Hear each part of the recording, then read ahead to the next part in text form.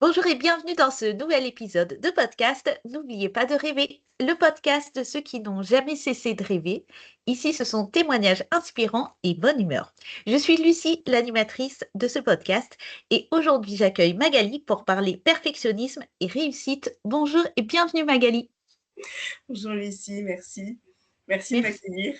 avec plaisir. Alors, pour démarrer cet épisode, je te laisse te présenter comme tu souhaites. Et comme tu m'as dit que tu avais déjà écouté certains épisodes, tu sais qu'il faut intégrer ta qualité principale à ta présentation. Ma qualité principale, c'est la princesse au petit pois. C'est quelque chose qu'on m'a présenté comme étant négatif toute ma vie, en tout cas une bonne partie de mon enfance, hein, et c'est l'hypersensibilité. Donc, D'accord. pas l'hyper-émotivité, hein, l'hypersensibilité dans cette capacité à sentir le monde autrement et dans les détails. Donc voilà. Et sinon, je suis Magali. J'entendais justement les autres présenter avec leur âge. Ça m'avait fait sourire en disant c'est amusant de pouvoir donner son âge. Donc moi, je suis quinca. J'aime D'accord. bien dire quinca. Et c'est vrai que ça fait bouger pas mal de choses d'être quinca. D'accord. Euh, Tu veux savoir autre chose? Oui, où tu habites, Mais par exemple. je suis sur Reims, hein, donc le pays du champagne, hein, ou la place du champagne. Euh, et, euh, et je fais de la psychothérapie et je suis superviseur de coach et de thérapeute. Je suis aussi maman de 3 enfants. On va dire que l'autorité ou la posture d'autorité a un peu toute ma vie. Parce que j'ai été prof, je suis Mmh. maman, je suis psychothérapeute, enfin plutôt thérapeute, pas psychothérapeute. Je suis superviseur. Je crois que j'en ai d'autres, des casquettes d'autorité où j'en ai eu d'autres. Mais c'est ça, finalement, c'est l'histoire de ma vie, l'autorité. Est-ce que tu as des passions, des choses qui t'animent? Mon métier. Ah. C'est du tac au tac, oui, mon Oui. métier. J'aime beaucoup, beaucoup, beaucoup la relation humaine. Et tu sais, toutes les questions un peu existentielles. Je suis tombée dans la philo, par exemple, j'avais à peine 10 ans. Enfin, c'est quelque chose que j'aime beaucoup. Donc, tout ça, que ça correspond à la même chose. Mmh. Et puis après, c'est toutes les petites choses, parce que moi, je suis une esthète, alors je peux regarder un papillon pendant des heures. Donc, je suis quelqu'un de passionné, donc je vais avoir plein de petits détails de passion, finalement. Mmh.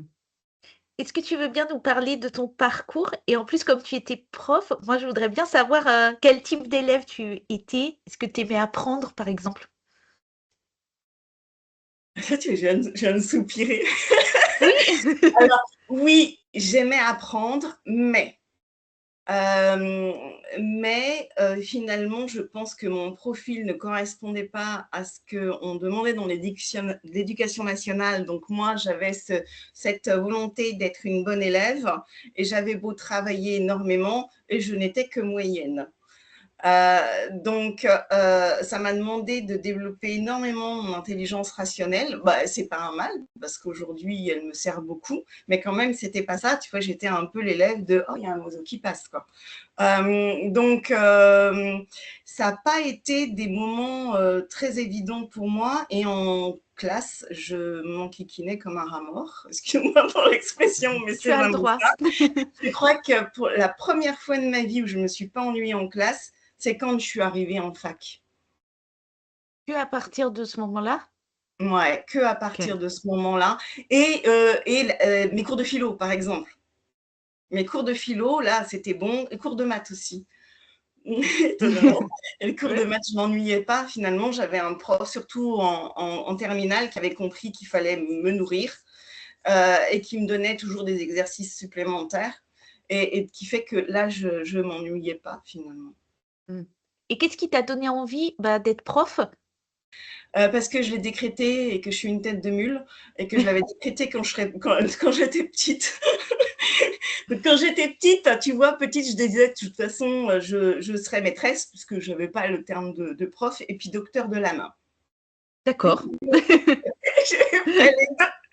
J'ai fait les deux. Mais mes parents, enfin, mon père était prof, donc il a fait en sorte que je ne le devienne pas, parce qu'il disait que c'était un métier qui était difficile. Et bah, il a raté. Entre autres, c'est pour ça que je n'ai pas pu aller en fac de philo, parce qu'il m'a dit, tu peux faire que prof pour être en fac de philo. Donc, j'ai fait lettres. Bon, je n'avais pas trop non plus de possibilités autres, mais moi, je voulais enseigner. De toute façon, je suis une enseignante, tu sais, dans l'âme, même si je ne fais plus partie de l'éducation nationale aujourd'hui. Oui. Et j'en suis fort heureuse. Il y a la prof en moi, tu sais, la pédagogie, Ouais. elle est là, quoi.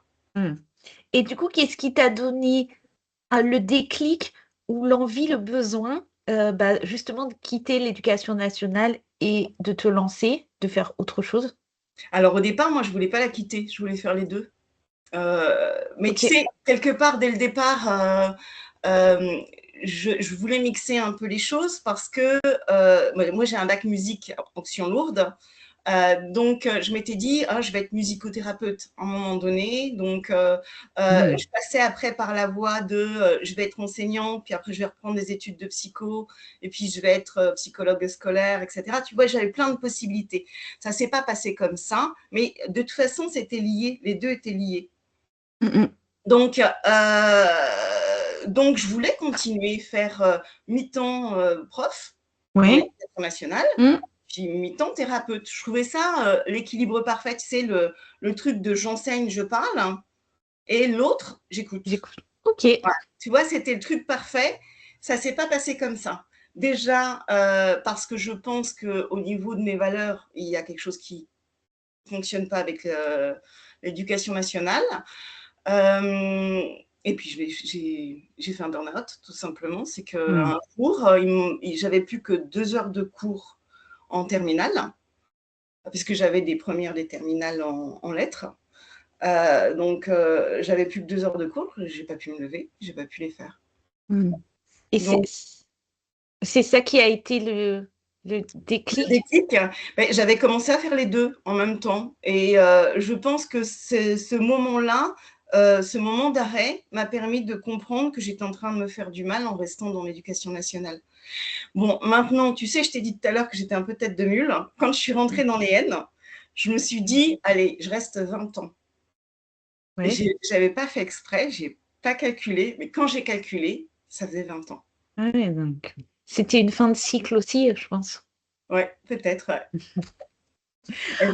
Et donc après voilà, après j'ai centré que, sur la thérapie, mais j'ai dû quand même m'occuper de moi pour, satisfaire le besoin d'enseigner parce que ça fait partie de mon équilibre. OK.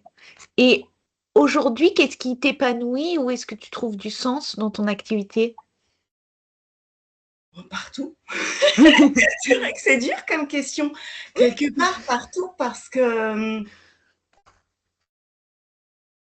je m'éclate et puis je suis utile. Que ce soit en thérapie, il y a vraiment, tu sais, de pouvoir être là pour les personnes, d'aider, moi j'aide les femmes entre autres à choisir, tu sais, enfin pas revendiquer leur place, mais à prendre leur place. Ça fait un peu bateau parce que tu lis beaucoup, de trucs comme ça sur les réseaux sociaux, mais c'est vraiment, de connaître leurs besoins parce que finalement elles ne connaissent pas leurs besoins. Donc, quand je vois qu'il y a quelque chose qui change, je trouve ça juste waouh! Et puis, ça ne demande pas énormément de séances pour ça. Et pareil, en supervision, c'est de pouvoir amener les coachs et les thérapeutes à, savourer leur pratique, à se sentir bien dans leur pratique. Je trouve que j'ai le meilleur métier du monde. On va attaquer le sujet de cet épisode et comme tu en as écouté certains, tu sais que ma question phare, c'est quelle est ta définition? Donc je vais commencer par ça. C'est quoi ta définition à toi du perfectionnisme? C'est de vouloir toujours faire quelque chose de parfait. C'est de toujours rechercher, la perfection et de, mettre une barre, qui par définition va être trop haute. Mmh. Est-ce que tu as un exemple, personnel, à partager? Un exemple où ton perfectionnisme t'a servi, parce qu'il peut Mmh. servir, Ah oui. et un exemple où il t'a desservi? je vais commencer par celui qui m'a desservi, parce que Ouais. comme c'est un mécanisme de défense, au point de départ, il va desservir. Puis ça, c'est la polarité négative. Mais après, on peut développer la polarité positive. Aujourd'hui, je développe plus cette partie-là. Ok. L'exemple même, c'est le burn-out. Finalement, à vouloir être une prof parfaite en même temps qu'être une mère parfaite, en même temps, tu sais, tout multiplier, autre, à un moment donné, ça coince parce que mes limites, je ne les connaissais pas. Et je les ai un petit peu connues un peu plus violemment avec Ouais. le burn-out, tu vois. Bon, je ne te dis pas que si c'était à refaire, je le referais. Et en même temps, quand même un peu, tu vois, parce que là, pour le coup, comme le corps, il ne suit pas, tu les sens, tes limites. Et je les ai découvertes complètement, complètement. Donc, et c'est là qu'on peut déconstruire le perfectionnisme réellement, en somme. Donc, Mm. l'exemple suprême, c'est ça. L'exemple, le moment où ça m'a Mm. desservi, ou les moments de procrastination active. Moi, en général, c'est procrastination active. Je fais tout plein de trucs du style le ménage quand je dois faire un autre truc, même si je kiffe pas non plus de faire le ménage, tu vois. Ouais. Donc, du coup, ça m'empêche de passer à l'action. Mais la polarité positive, aujourd'hui, c'est que ça fait… Je vais peut-être le relier, tu sais, à l'hypersensibilité d'ailleurs, parce que ça fait de moi quelqu'un de très rigoureux. Je peux vraiment focuser sur quelque chose. Il y a cette capacité-là. Et aussi, voir les détails. Mais l'hypersensibilité permet aussi de voir les Mm. détails. C'est parce que le perfectionniste, il va travailler dans les détails. Donc, travailler dans les détails, parfois, c'est bien aussi. Oui. C'est toujours une notion aussi peut-être de curseur. Jusqu'à quel niveau de détail Voilà. C'est effectivement tout le truc de curseur. Et un de mes mantras préférés, tu vois, c'est mieux vaut fait que parfait. Génial, parce qu'on devait y revenir justement à cette question. Il y a 2 choses, en tout cas 2 phrases, que je répète souvent et que je pense que tu connais aussi, c'est: «Mieux vaut fait que parfait» et «authentique mais pas parfait» et je voulais ton retour là-dessus. Qu'est-ce que ça t'inspire? Le mieux vaut fait que parfait, c'est marrant parce que la première fois que je l'ai entendu, je me suis dit: «Ah ouais», et je sais que là, quand je vois que je branche mon perfectionnisme, c'est ça que je vais me dire, tu vois? Donc je trouve que c'est une phrase ressource absolument incroyable.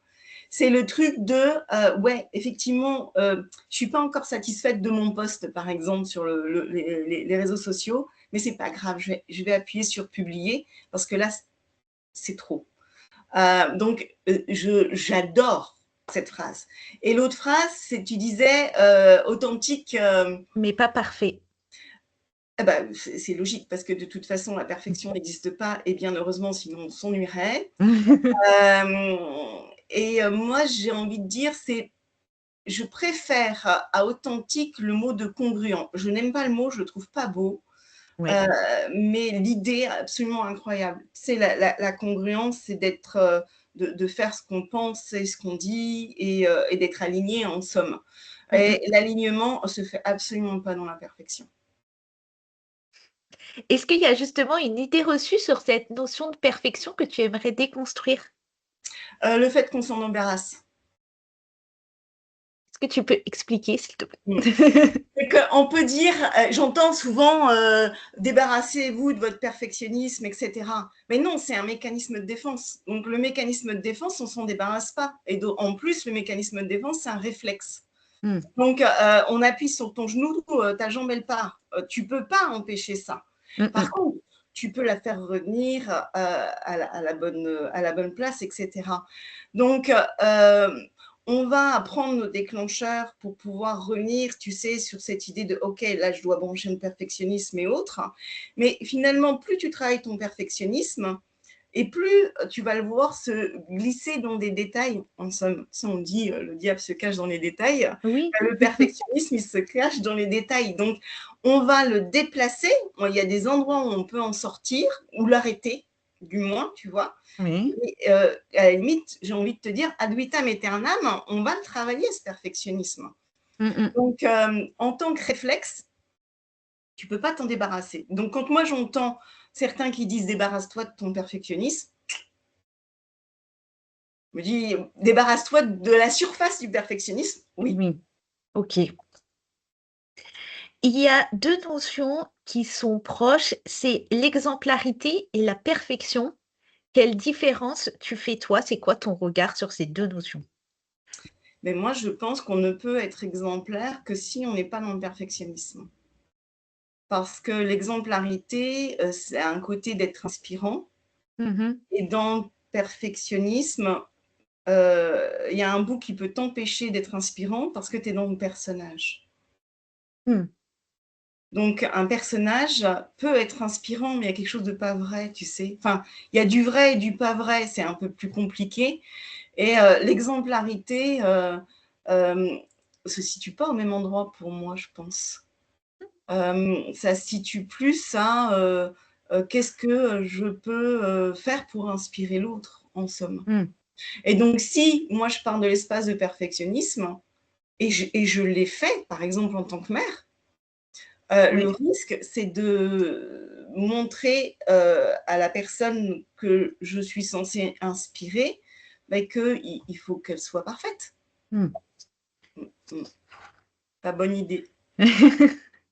Et justement, comment tu as évolué toi par rapport à ce perfectionnisme? Parce que tu disais qu'il est toujours là, qu'il a toujours été là, mais peut-être qu'il a aussi bougé avec le temps, peut-être moins présent. C'est quoi ton évolution personnelle par rapport à ça? Ah ben, il est moins présent. Il est présent dans des détails. Parce que finalement, mon évolution personnelle, c'est que j'ai appris à le détecter. Alors qu'avant, c'était le truc normal, tu sais, c'était ma normalité en somme. Moi, je ne voyais pas le perfectionnisme. Puis il y a peut-être aussi une idée où je trouvais que c'était pas mal le perfectionnisme. C'est une autre idée reçue. Non, mais c'est bien le perfectionnisme. Oui, c'est bien pour la polarité positive, mais dans la polarité négative, c'est pas bien. Ça t'empêche de faire plein de choses.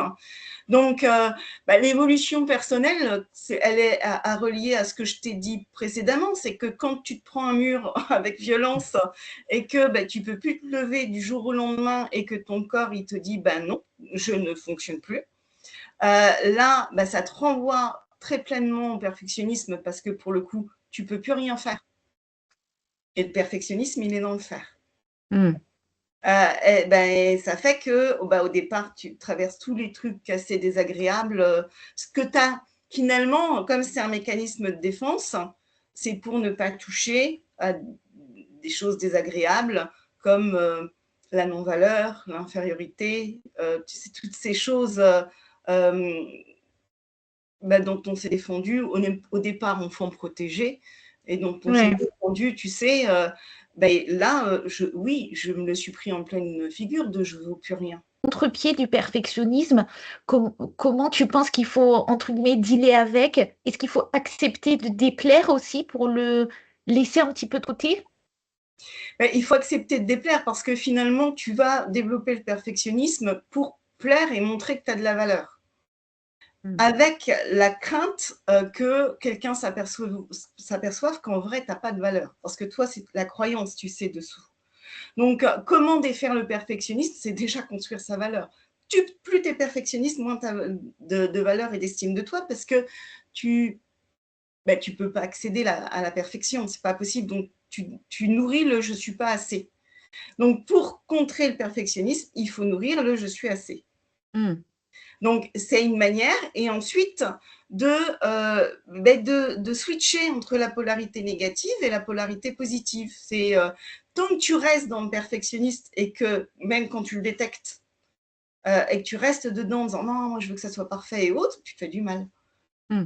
Le mantra, d'où le mantra, mieux vaut fait que parfait, parce que tu t'aperçois que au pire, ça fait un flop, quand c'est par exemple un poste, ou alors tu te réajustes, tu vois, c'est finalement apprendre l'humilité.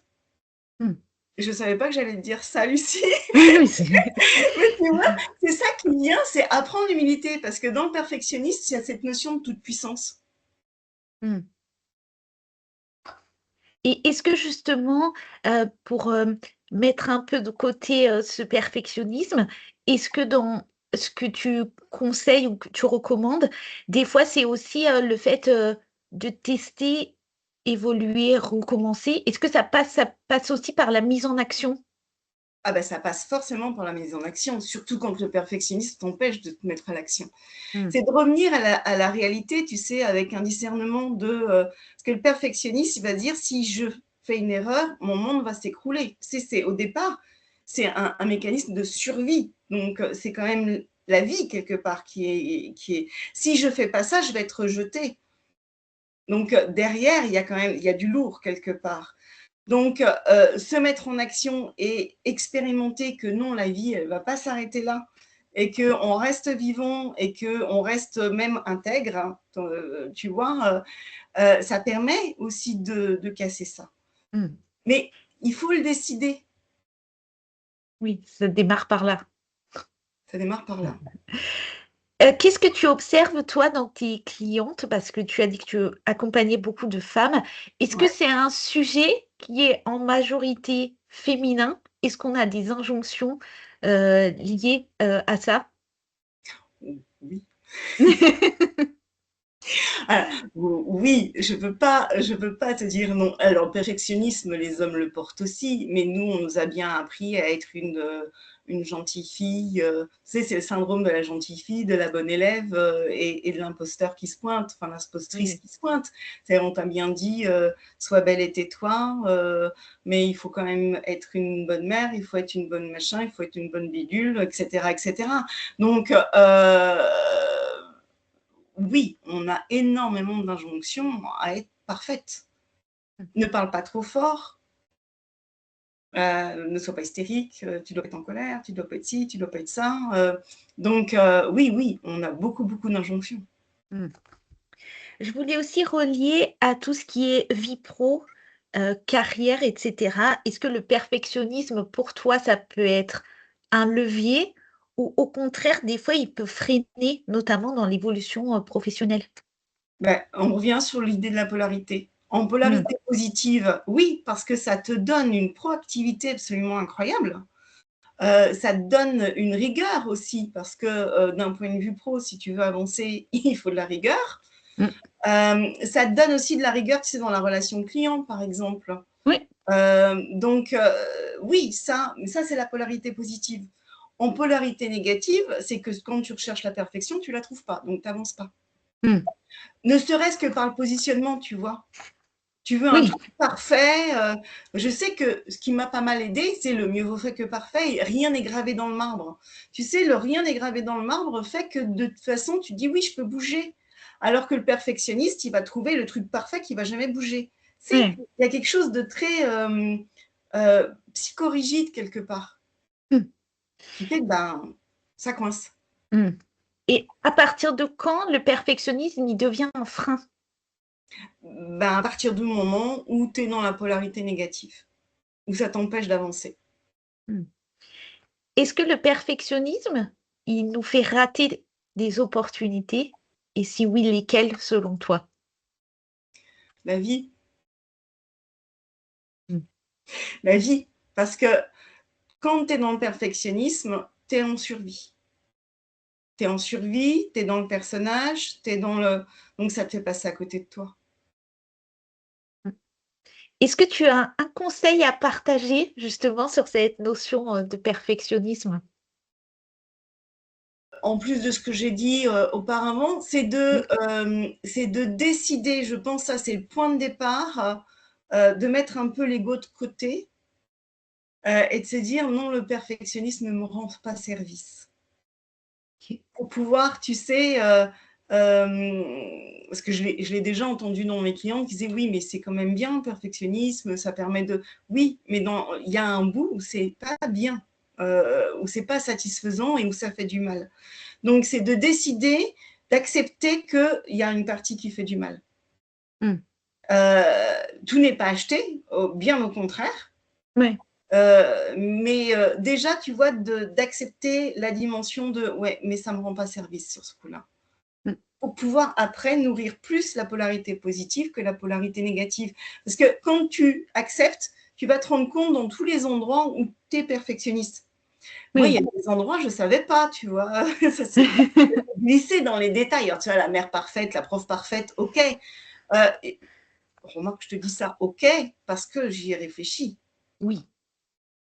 Mais je ne me rendais pas compte que j'étais dans cette spirale infernale. Donc, tu vois, c'est décider que oui, peut-être qu'on peut le regarder comme un truc pas très fun. Je voulais aussi revenir sur notre rencontre à Paris en 2025, parce qu'on s'est rencontrés au Bichot, et je ne sais pas si tu te souviens, mais on avait discuté. Ouais. Et en fait, je voulais que tu repartages ce que tu m'avais dit à l'époque, parce qu'on avait parlé des chiffres du podcast, et moi, j'ai été presque frustrée, je pense, parce que j'en étais encore au départ, et voilà, je trouvais que ce n'était pas assez. Et tu m'avais, voilà, amené à relativiser. Donc, si tu te souviens en gros de ce que tu m'avais dit, j'aimerais bien que tu le redises ici parce que je suis sûre que ça va servir à l'audience. Alors, je me souviens plus exactement, mais effectivement, je me vois te dire, mais est-ce que tu te rends compte de l'impact que tu as déjà? Je Exactement. t'ai dit un truc de ce style-là. Oui, c'était Voilà. ça dans l'idée. Ouais, Et c'est d'arrêter aussi, bah voilà, de comparer. de comparer ton chapitre Oui. 2-3 au chapitre 50 des autres. Ouais. Exactement. Mais oui, parce que la comparaison, quand elle te sert à te dévaloriser, c'est pas une bonne idée. Est-ce que tu as des projets et des rêves pour la suite? Bon, moi, je rêve toujours. Une grande rêveuse de toute façon. Des projets pour la suite, d'un point de vue professionnel, tu vois, c'est vraiment d'étendre. Ah, si j'en ai un de rêve, tu vois, c'est bien, tu me reconnectes à ça, Lucie. Mais de développer vraiment la partie supervision, tu sais. Mais du Oui. coup, c'est ça qui me fait arriver au rêve, c'est que moi, je travaille en distanciel. Mais le présentiel, c'est quand même vraiment sympa. Justement, tu vois, on se voit, c'est autre chose, il y a une énergie, etc.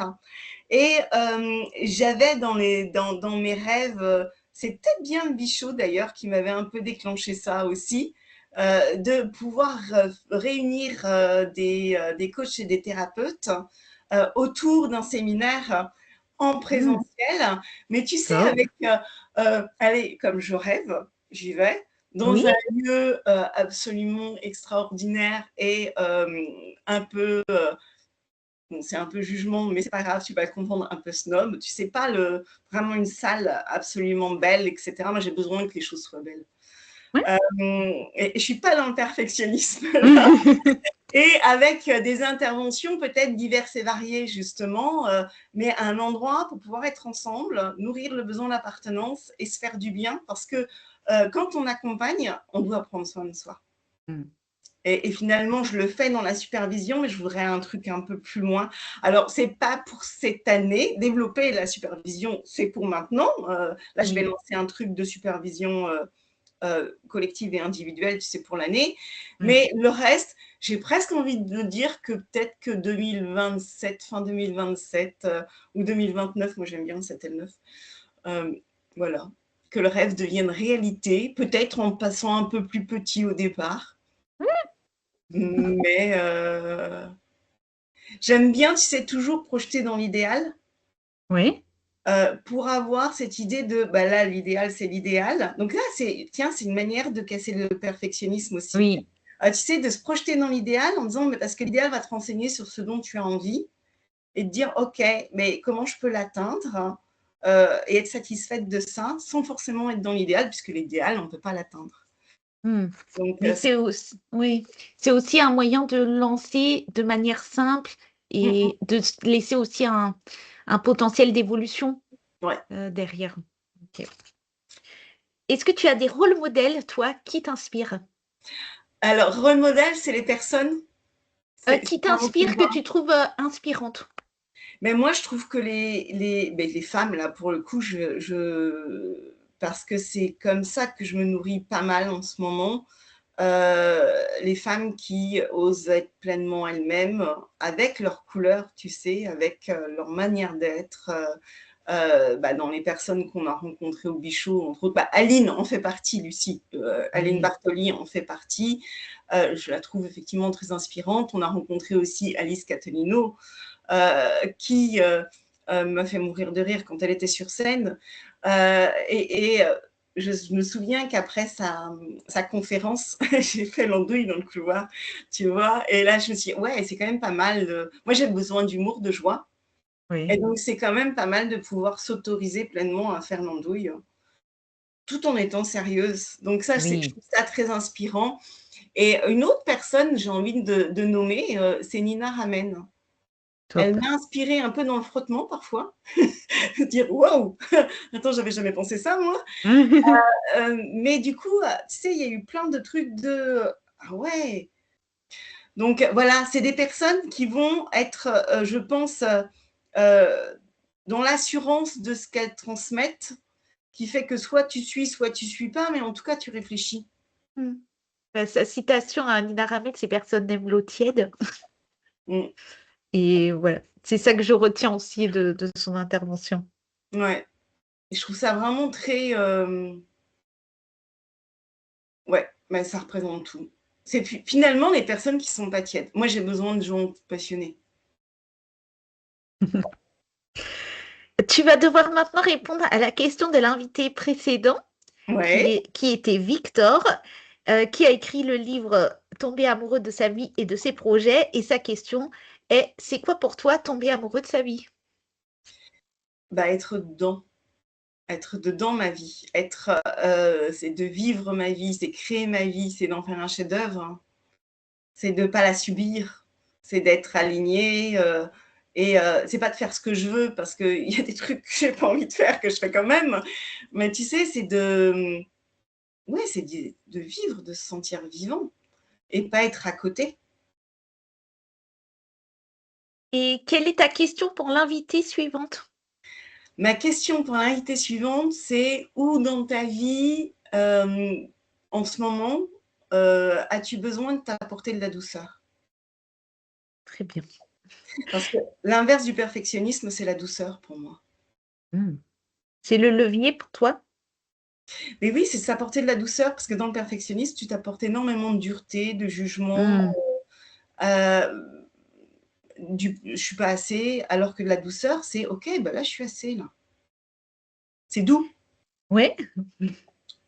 C'est l'heure de ton instant promo, Magali, où est-ce qu'on peut te retrouver, notamment sur les réseaux sociaux? Alors, on peut me retrouver sur Instagram, avec mon nom, hein, Magali Mordin, et sur, LinkedIn. Un jour, j'aurai un podcast aussi, Lucie, mais ça, Bien sûr. c'est un autre rêve. Et essentiellement là, pour le moment. J'ai envie de lancer une newsletter, tu vois, un truc de ce style, parce que je sais que je peux apporter quelque chose dans la newsletter. Ok, Donc c'est pas assez pour moi pour le moment, mais c'est très déjà très bien. suffisant, c'est très Oui. suffisant, voilà. Je te laisse aussi choisir le mot pour les auditeurs avec lequel ils pourront commenter l'épisode. Quel est le mot que tu choisis? Douceur. Très bien. Donc, voilà, si les auditeurs nous écoutent toujours à ce moment de l'épisode, voilà, vous pouvez commenter avec le mot douceur. Et on va terminer par la conclusion, Magali. Tu connais ici, donc c'est l'invité qui conclut. Donc le dernier message que tu as à transmettre est terminé par le titre du podcast. N'oubliez pas de rêver. Bah, déjà, je te remercie, de m'accueillir, Lucie, puis, merci aussi aux auditeurs et auditrices, d'avoir écouté et le message que j'ai envie de transmettre, c'est, la vie, elle vaut la peine d'être vécue, et ça demande de la créer, tu sais, d'y mettre les couleurs qu'on veut, et on n'est pas dans le noir ou blanc, même si moi je suis toujours en noir, tu vois? Mais on n'est pas dans le noir ou blanc et c'est vraiment important, de pouvoir, vivre dans l'ici et maintenant et de ne pas oublier de rêver. Mmh. Génial, merci beaucoup Magali.